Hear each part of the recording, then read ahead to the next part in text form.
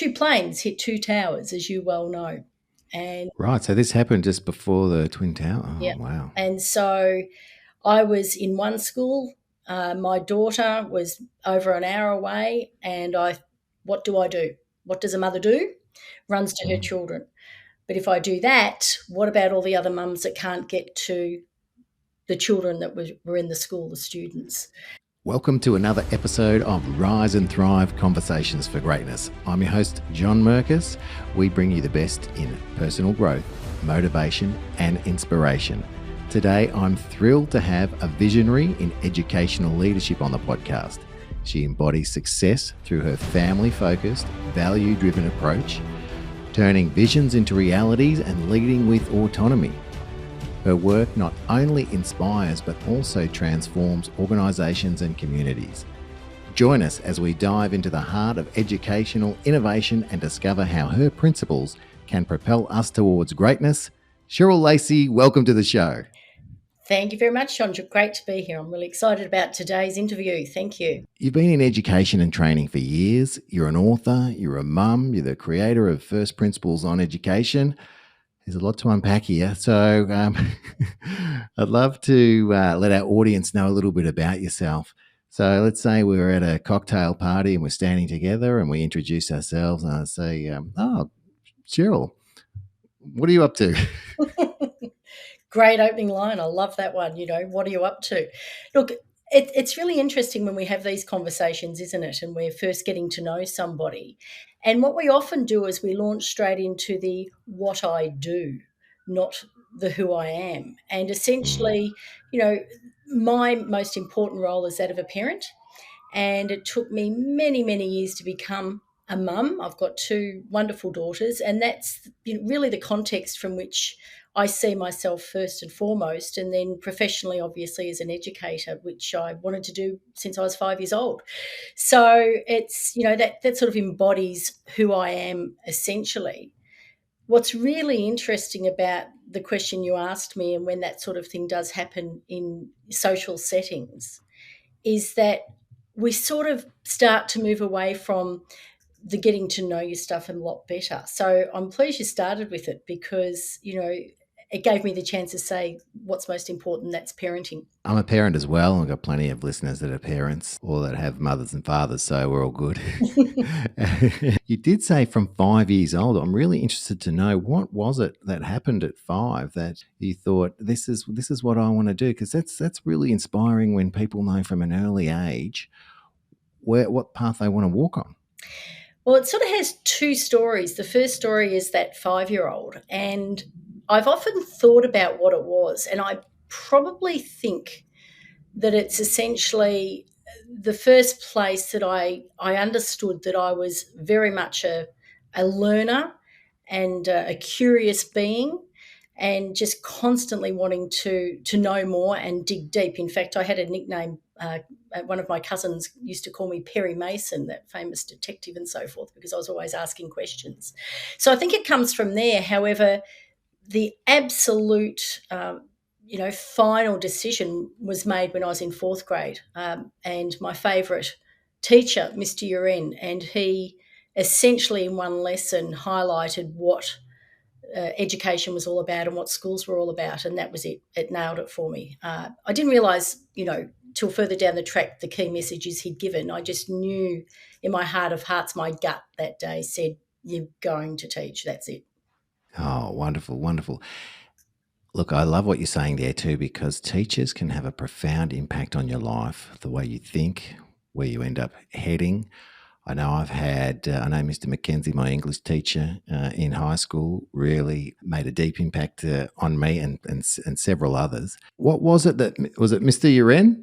What was it that inspired you so much? What was it, if you don't mind sharing that conversation or what you remember about it? Or so we know Mr. Uren had that impact, but yeah, what happened? Well, first of all, I was fortunate to have him twice. I had him in 4th and 5th grade. And I grew up in inner Melbourne, and during my primary school years, it was a period when we had a lot of European immigration. And there was one particular child who was a bit of a clown, and he was from Greek background. And believe it or not, here he is, fourth grade, which makes him about 8, 9 years old, got caught smoking behind the incinerator at the school, as you do. And Mr. Uren brought him into the classroom, and this was a classroom of 60 odd children in rows of desks, as you would remember, perhaps. Many of the listeners would, I'm sure. And he took Chris up to the platform in the classroom and basically said to this child, I'm really disappointed in seeing what happened today, during the lunch break. And you're a really important member of our classroom and of the school community. And I know that you're a great soccer player. And if you dedicated your time and energy to that, I can well imagine not only will you be a great soccer player, but chances are everyone will want to learn from you and you really could be a soccer star. So rather than attack this child, rather than make a fool of him, he basically said, you belong, you have responsibilities, and with the right attitude and identifying the strengths in belonging and being responsible, the world's your oyster. And that's essentially what school education is intended to be, such that it assists parents in raising their children. That's amazing. I love that. Mm. And is Mr. Uren still with us? Well, interestingly, when I launched one of my books last year, I reached out and managed to get hold of his wife, Marg, and she's just delightful. She's a teacher as well. And unfortunately, John is still with us. However, he has Alzheimer's, but she was such a delight. They couldn't come to the launch, but she invited me into their home and I did get to see him. And it was a huge moment for me to, I'll get teary now. It was a huge moment for me to say thank you. Yeah, yeah. What a great approach. And that story where having some belief and going the total opposite way of that, I'm going to chastise you because I don't agree with what you did or I don't like, because stereotypically, especially in my day, that was the way to go. Was to you get in trouble if you do the wrong thing and you get chastised, and it's the old stick rather than the carrot approach. So I really like that carrot approach better, and I know that goes a lot further these days. I've got kids as well, so they're 14 and 10, so they're more interested in that approach. And I really had to learn as a father to stop that. Other approach, let's just say. Well, it's interesting again, that was a key story and experience. However, Mr. Uren was really strict. And with that strictness, there was that discipline that sometimes meant that stick had to come up. And that was important too. And I don't think we can ever stand by and say there's an either or approach. Things like restorative practice are really thriving in schools today. However, we need to be mindful that life is all about disappointment and failure as much as it is about success and growth in terms of positive outcome of our behaviours. So, that stick and carrot, as long as there's a healthy balance and it still comes back to responsibility, both of them work. It's a matter of ensuring it's the right context in which you use them. Nice. I love the way you explain that, Cheryl. Thank you so much. And you're the creator of First Principles on Education. Now, my understanding of First Principles is to break down complicated problems into basic elements and then reassemble them from the ground up. Yeah, obviously I Googled the definition, right? Didn't just say that off the top of my head. I've heard First Principles used in a scientific context before. That's how I'm familiar with the phrase. So what's First Principles on Education? Can you explain to us a little bit about that? It's interesting. I think it does come back to those two parts of who I am and yourself as well as a parent and your professional hat that you wear. And for a number of years, I was determined to find what it was that stopped me from, first of all, being the best educator I could be, given particularly that I was a lifelong was a decision that, had lasted all my childhood and teen years, through to becoming an educator. And my first year of teaching, I dismally failed, I have to say. And I say that because I was placed in a very complex situation with a child with very severe disability. And I wasn't in a position to be able to do what I could that was right for him because I didn't have the formal qualifications in special education.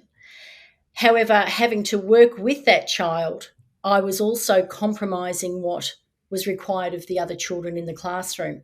So you could essentially say in my first 6 months of teaching, I was thrust right into the guts of school systems or our school system and trying to navigate my way around, departmental heads and unions and all sorts of support systems and so forth, and got literally nowhere. And so that was the beginning of me thinking, hang on, how could this possibly be? If I want to be an influencer of children on behalf of parents, like Mr. Uren was for me, how come I don't get to do that? What's going on here? So that started my journey. And then, of course, many years later,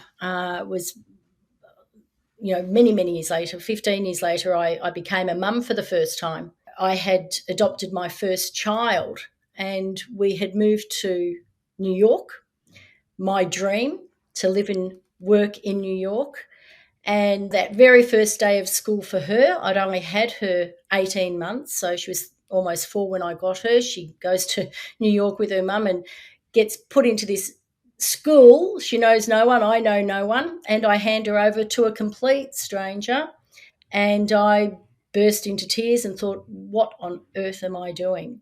Who is this person that I'm going to trust to raise my children? Turns out that only a few days later, 2 planes hit 2 towers, as you well know. And Right. So this happened just before the Twin Tower. Oh, yeah. wow. And so I was in one school. My daughter was over an hour away. And what do I do? What does a mother do? Runs to her children. But if I do that, what about all the other mums that can't get to the children that were in the school, the students? So I made the difficult decision of staying, trusting that the educators where my daughter was would do the same.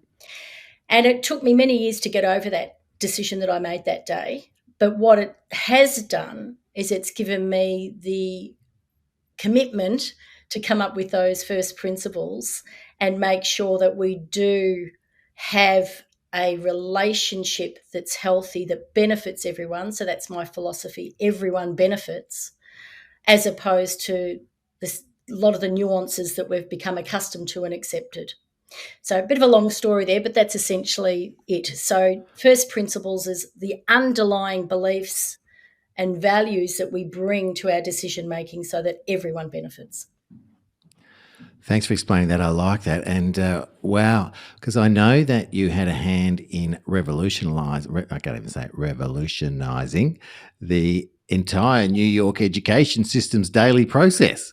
And I wanted to ask you about that. And now you've given us that 9/11 story. I can really see the conflict there because on one hand, you've got little people that you're in charge of, and people looking to you for leadership and responsibility. And then you've got that mother's pull to, oh my God, my daughter's over there. And then you had to put the same trust in people over there that probably the mothers and the parents were putting in you for what you were doing. So yeah, I can see what a dilemma that would be. I'm interested to know because I could see with the conflict there, but when you said it took me a while to get over that decision, what's that about? Because I would have thought, I get the dilemma, but you are helping so many people in one respect and not necessarily letting down because you had to have that trust. But do you know what I'm getting at? I'm and look, if it's too much, you can say, John, don't worry. But I'm really interested because was it a guilt thing or what was going on there that? guilt was enormous, and that took a long, long time to get over. What really it was, certainly was the guilt thing, but the learning that came out of it, again, is that drive. And I'll go back to that first 6 months of school where there was a mother desperate for her child to fit into a school, and I couldn't fulfill that for her. And here I am in New York wanting to fulfill, for myself and my daughter and all others. And you've got to also realise at the time that we had members of staff who had husbands and wives and brothers and sisters down at those Twin Towers. And Wow. they didn't flee, they stayed put as well. It was what we had to do. Interestingly, what came out of that was that total distinction, and this is one of the very key principles of mine, is that child and student are not synonymous. So when I had to be there for other mothers and fathers that day, but I didn't become a parent on their behalf. Right. And that's the key. And one of the challenges that we're facing in education increasingly, and you would know this as a parent, that, the workload of educators is increasing, and they will constantly say, I'm social worker, I'm psychologist, I'm this, I'm that. And, issues of parents making demands. On the other hand, we have parents saying, hang on a minute, we want you to educate. We don't want you to be X, Y, Z. So we've got this whole, conflicting belief system at present as to who's responsible for what. And, I thank God now when I look back at how difficult that was, that it's given me the strength and the confidence and, I suppose, the storytelling to be able to describe why we need that change. And I thank my daughter for being there and part of it and still being here as a result. I've been on a school council before, and one of the things that struck me was the passion that the teachers have, how much they care, and how hard they work. Amazing. You think that, right? I mean, you've got a sense of that when you're at a school, but when you see it in action, because you're not a student as a parent, you're there on the outside in some sense. Yeah, that really struck me, and I can hear your passion coming through loud and clear. It must be interesting where there's so much emotional involvement in what's going on, like you said, especially in your first year. You felt like you might not have been able to provide something that was, I was going to say demanded of you, but that's not what I mean. But also in your first year as well, to be thrown and thrust into that environment. Just wondering here personally whether you're actually set up for success by doing that. But I guess, baptism of fire and all that, and you just got to do what you got to do. I don't know where I was going with any of that. Maybe I'll help you out. Maybe I'll help you out a little bit. It's really Thanks. quite interesting. I hear your commitment to the support of educators, and that's very clear and that's very commendable. However, we've also got to be very conscious of the fact that, as I just said, parents are responsible for raising their children. And that includes providing an education or having them educated. Flip that over, and educators are there to be, they're employed to provide a service. And that service is to assist parents in the education of their children. We have to make those very clear distinctions. And what I will say as well, in that first year of teaching, I actually moved to another school after 6 months, and a completely different environment. And the parents in that different environment were all professionals. And when I say that, all tertiary trained, they were professors, they were all sorts of things. And yet they believed in some capacity that I knew more about their child than they did, that I had greater authority, that I had more understanding. And that couldn't have been further from the truth. I had an understanding of who their children were when they were with me during the day, but I didn't know their children better than they did. And so this is this whole blind faith that we've put in government and, a flow on to schools, that we need to actually pull back from, and give parents the support and encouragement to take responsibility, to be responsible, to ask the right questions, and therefore for educators to work alongside parents in a firm, healthy relationship, because it's not a partnership. At the end of the day, when Johnny doesn't eat his peas, parents don't phone up the school teacher and say, hey, he's not eating his peas, what are you going to do about it? Likewise, schools have no control over whether, children read at home or whether they don't, whether they get their homework done or they don't. They can influence positively and encourage that, but they can't go over there with that stick or that carrot that you talked about earlier to make it happen. So a bit long-winded, but we really need to get back to respecting the respective roles that we all have and taking responsibility for them. Yeah, I can understand what you're talking about because, well, firstly, getting back to what you're saying before, we put our kids into a school and we're like, there's so much trust you got to be there, especially you talked about your New York experience. It's like, there you go, you got my most precious thing in the world that I love and care about the most, and hope it all goes well. Hope you're a good person and it all works out. So that's an interesting take on it. As well as we have to, as you're saying, play a role in the kids' education, rather than, there you go, the kids at school, that's enough. Be a good time to talk about your new book, Your Children Take the Lead on Their Education, because it does talk about that critical role parents play. So what's some of the key insights or strategies in that book that can help us as parents take a leadership role in our children's education journey? The first thing, I think, and you mentioned that you've been on a school board or school council, and ultimately the whole premise around schools is something that's been confused. And my first principle, in fact, is that we need to start with a shared language of agreement. So, for example, when I say equal opportunity, and you think that I'm thinking something or other, and I'm thinking something else, we're going to have a problem. I use in the book the word sick as an example. So if I say, oh, that's sick, or use the term sick, usually parents will assume that we're talking about ill health. But we know that some children will say sick meaning it's really cool or funky.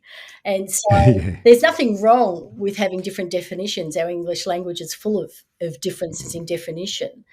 It's being aware of those and having agreement as to which definition will apply in the context of our conversations. And when we've got clarity around that, we're able to go to the major element, and that is working together and cohesively in a respectful relationship so that we can, for example, make that distinction between child and student. But more importantly, when a problem presents itself, we're able to come in from the right context. And so there's three real tools that I believe are fundamental to that and my belief, and that is we all have control over three things, those fundamental elements, and that is our vantage point, what we think, and what we say.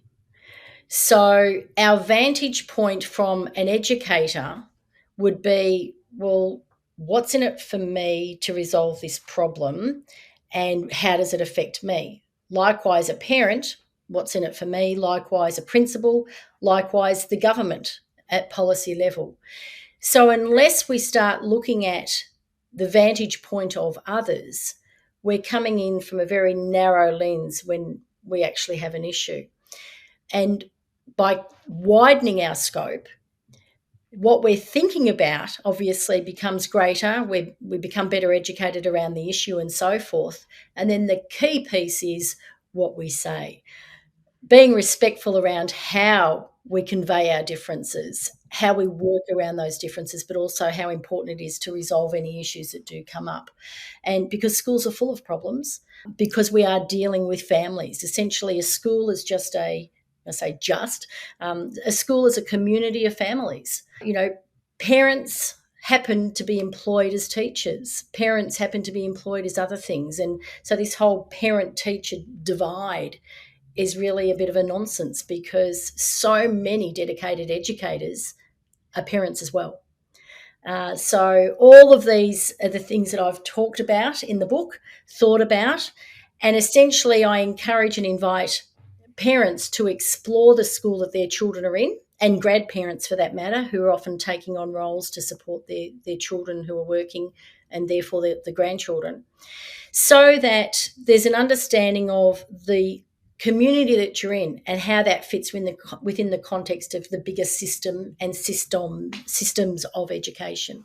I like how you describe the school being a community of families, because I've never really thought about it that way. But you can see as soon as you say it, you go, "Yeah, that's exactly what it is." But I've never heard it described that way, and I don't know. That's really gives me a nice feeling. Family. There's a lot of people and thinking, and saying family first, and it's all about the family. It's all about the family. So when you're in a community of families, that should and maybe can, and maybe not always, but may have a stronger connection because we're all a family. Leading with autonomy, because I've mentioned that in the intro, and I've read a bit of that. Is that part of the book as well, or am I totally off track here? Because I don't really understand what leading with autonomy is in the context of what you're talking about. I'd love you to explain that to us a little bit more. Okay. When we're looking at school systems and working in schools, and as parents trying to understand what's happening in schools, clearly there's a reason for them. And, the a very simple phrase that I use and refer to throughout the book is that schools are places where an agreed curriculum is taught by capable teachers. So do you want me to repeat that? Yes, please. Schools are places where an agreed curriculum is taught by capable teachers.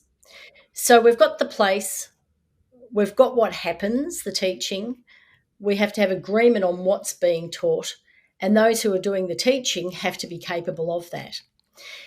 However, we've got a system where our educators, myself included, which I learnt in my very first year of teaching, I wasn't equipped with the skill sets to work with a disabled child in that first instance.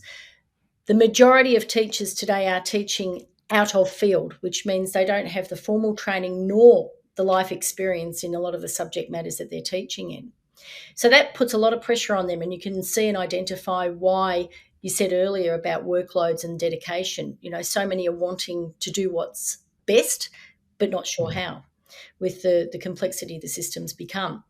So how do I sort of unpack all these principles and rebuild a system so that it works for everybody? Well, we need, in the first instance here in Australia, using Australia as our context, what makes us Australians? What are we responsible for? We're responsible for ourselves and to others. And how do we belong, like Miss Duren taught me? And how do we move forward so that we can follow our dreams?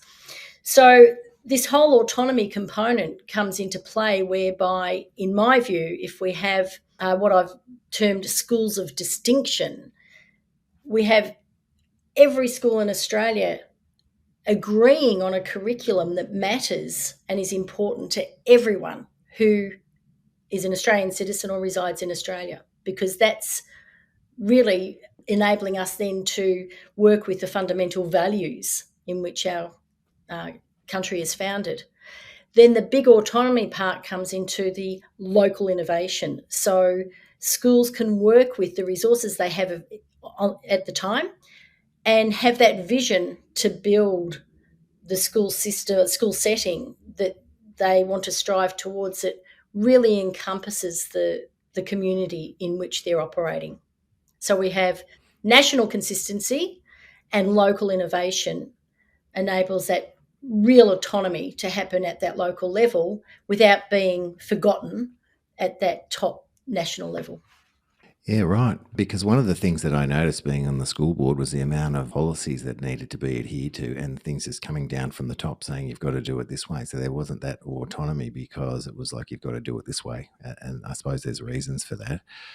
And I know that example there was specifically about Australia, but do you think that transcends internationally as well? Absolutely. And you mentioned New York earlier, and I didn't change the entire New York system. Let's get that clear. What I I would love to, and I'm there tomorrow. If someone wants to call me, no two ways about that. However, it was within the Board of Jewish Education, and so the whole New York. Cheryl's going to talk more about how she made a big difference to the US education system next week. That concludes a truly insightful part one of our conversation with Cheryl Lacey. We've just scratched the surface of Cheryl's visionary approach to education, the profound influence of parenting on professional success, and her inspiring journey from a young, inquisitive mind to a leader in educational innovation. Cheryl's resilience, particularly during the emotional turmoil of 9/11, showcases her spirit and those dedicated to shaping the future through education. But hold on to your seats, because part two promises to elevate the discussion to new heights. Expect a fusion of passion, practical insights, and transformative ideas that will leave you inspired and ready to make a difference. So gear up for an invigorating continuation of our journey with Cheryl Lacey. Together, let's discover how we can unleash greatness, not just for our children, but within our communities and ourselves. Catch you next week. Thanks for joining us on Rise and Thrive, Conversations for Greatness with John Merkus. Remember, you are loved, you are worthy, and you do matter. Embrace the journey of personal growth and motivation. Let's go out there and do something great. Follow or subscribe for more insights and inspiration every Tuesday. Until next time, stay awesome.